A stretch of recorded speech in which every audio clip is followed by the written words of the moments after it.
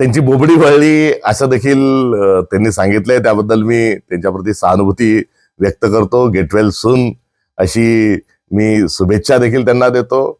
आणि सुबुद्धी दे दयागणा, दुर्बुद्धी दूर कर ही प्रार्थनाही या निमित्ताने करतो.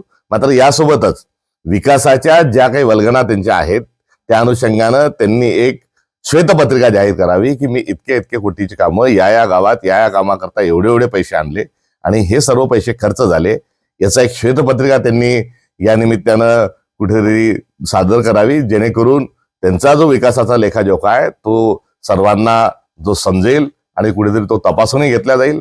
अलबत्ता कार्यकर्त्यांना कमिशनचा आणि विकासाच्या ज्या गोष्टी आहेत त्या फक्त केवळ बाता आहेत. कारण जवयाला हिवाळ्याला ठेके मिळतात आहे, कोणताही दुसरा ठेकेदार नाही. एवढंच नाही तर कचरा साफ करण्याचे टेंडर हे घरातच त्यांना हवंय. एवढंच नाही तर वरली मटक्याची दुकानं, अवैध व्यवसाय जी आहेत किंवा रेतीची जी अवैध वाहतूक आहे हे करणारे कोण हे सगळं माहिती आहे. त्यामुळे हा येत असणारा सगळा जो काळा पैसा आहे, हा नंबर 2चा जो पैसा आहे ज्याच्याबद्दल अनेक वेगवेगळे शब्द वापरले जातात, हा आता डोक्यात कुठेतरी घुसलाय.